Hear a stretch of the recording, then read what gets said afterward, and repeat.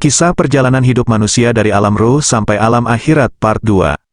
Alam rahim, rihla pertama yang akan dilalui manusia adalah kehidupan di alam rahim. 40 hari berupa nutfah, 40 hari berupa alaqah, gumpalan darah, dan 40 hari berupa mudghah, gumpalan daging. Kemudian ditiupkan ruh dan jadilah janin yang sempurna. Setelah kurang lebih 9 bulan, maka lahirlah manusia ke dunia.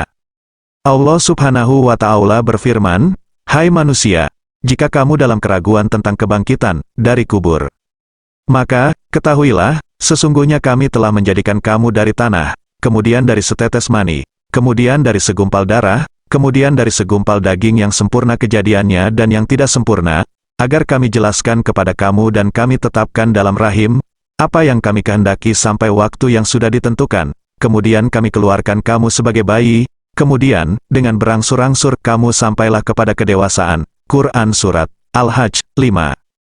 Rasulullah bersabda, "Sesungguhnya seseorang dari kalian dikumpulkan penciptaannya di perut ibunya 40 hari nutfah, kemudian alaqah selama hari yang sama, kemudian mudghah selama hari yang sama, kemudian diutus baginya malaikat untuk meniupkan ruh dan ditetapkan 4 kalimat, ketetapan rizki, ajal, amal, dan sengsara atau bahagia." HR Bukhari dan Muslim. Seluruh manusia di dunia apapun kondisi sosialnya diingatkan tentang awal kejadiannya yang berasal dari benda yang hina, yaitu sperma lelaki dan sel telur wanita. Manusia sebelumnya belum dikenal, belum memiliki kemuliaan dan kehormatan. Lalu apakah manusia akan bangga dan sombong dengan kondisi sosial yang dialami sekarang jika mengetahui asal-muasal mereka?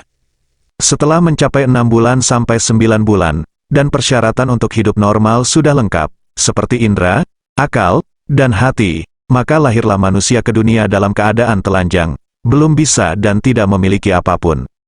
Alam dunia di dunia perjalanan manusia melalui proses panjang, dari mulai bayi yang hanya minum air susu ibu lalu menjadi anak-anak, remaja dan balik, selanjutnya menjadi dewasa, tua dan diakhiri dengan meninggal.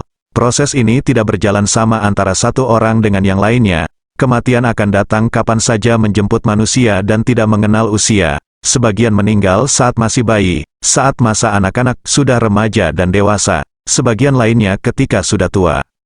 Di dunia inilah manusia bersama dengan jin mendapat taklif, tugas, dari Allah, yaitu ibadah, dan dalam menjalani taklifnya di dunia, manusia dibatasi oleh 4 dimensi, dimensi tempat, yaitu bumi sebagai tempat beribadah, dimensi waktu, yaitu umur sebagai sebuah kesempatan atau target waktu beribadah, dimensi potensi diri sebagai modal dalam beribadah, dan dimensi pedoman hidup, yaitu ajaran Islam yang menjadi landasan amal. Allah Subhanahu wa Ta'ala telah melengkapi manusia dengan perangkat pedoman hidup agar dalam menjalani hidupnya di muka bumi tidak tersesat.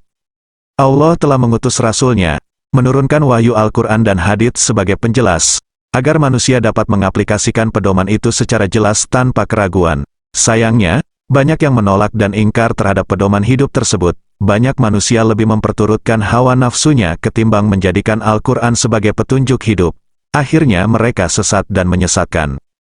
Maka, orang yang bijak adalah orang yang senantiasa mengukur keterbatasan dirinya untuk sebuah produktivitas yang tinggi dan hasil yang membahagiakan. Orang-orang yang beriman adalah orang-orang yang senantiasa sadar bahwa hidupnya adalah karya dan amal solih. Kehidupannya di dunia sangat terbatas, tidak menyia-nyiakannya untuk hal yang sepele, apalagi perbuatan yang dibenci, makruh, dan haram. Dunia dengan segala kesenangannya merupakan tempat ujian bagi manusia. Apakah yang dimakan, dipakai, dan dinikmati sesuai dengan aturan Allah Subhanahu wa Ta'ala? Atau menyimpang dari ajarannya? Apakah segala fasilitas yang diperoleh manusia dimanfaatkan sesuai perintah Allah atau tidak? Dunia merupakan medan ujian bagi manusia, bukan medan untuk pemuas kesenangan sesaat. Rasulullah Shallallahu Alaihi Wasallam memberikan contoh bagaimana hidup di dunia. Ibnu Mas'ud menceritakan bahwa Rasulullah Shallallahu Alaihi Wasallam tidur di atas tikar, ketika bangun ada bekasnya. Maka kami bertanya, "Wahai Rasulullah Shallallahu Alaihi Wasallam, bagaimana kalau kami sediakan untukmu kasur?" Rasulullah Shallallahu Alaihi Wasallam bersabda, "Untuk apa kesenangan dunia itu? Hidup saya di dunia seperti seorang pengendara yang berteduh di bawah pohon, kemudian pergi dan meninggalkannya." HR At-Tirmidzi. Perjalanan hidup manusia di dunia akan berakhir dengan kematian. Semuanya akan mati. Apakah itu pahlawan ataukah selebriti? orang beriman atau kafir, pemimpin atau rakyat, kaya atau miskin, tua atau muda, lelaki atau perempuan. Mereka akan meninggalkan segala sesuatu yang telah dikumpulkannya. Semua yang dikumpulkan oleh manusia tidak akan berguna, kecuali amal solihnya berupa sedekah yang mengalir, ilmu yang bermanfaat, dan anak yang solih.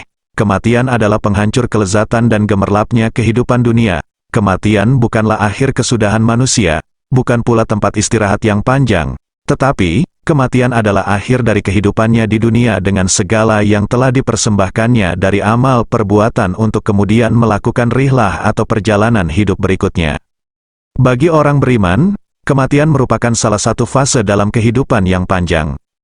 Batas akhir dari kehidupan dunia yang pendek, sementara, melelahkan, dan menyusahkan untuk menuju akhirat yang panjang, kekal, menyenangkan, dan membahagiakan, di surga penuh dengan kenikmatan yang belum pernah dilihat oleh mata, didengar oleh telinga, dan belum terlintas oleh pikiran manusia. Sementara bagi orang kafir, berupaya menghindar dari kematian dan ingin hidup di dunia selamanya. Tetapi, sikap itu sia-sia belaka, karena, kematian pasti datang menjumpainya, suka atau tidak suka.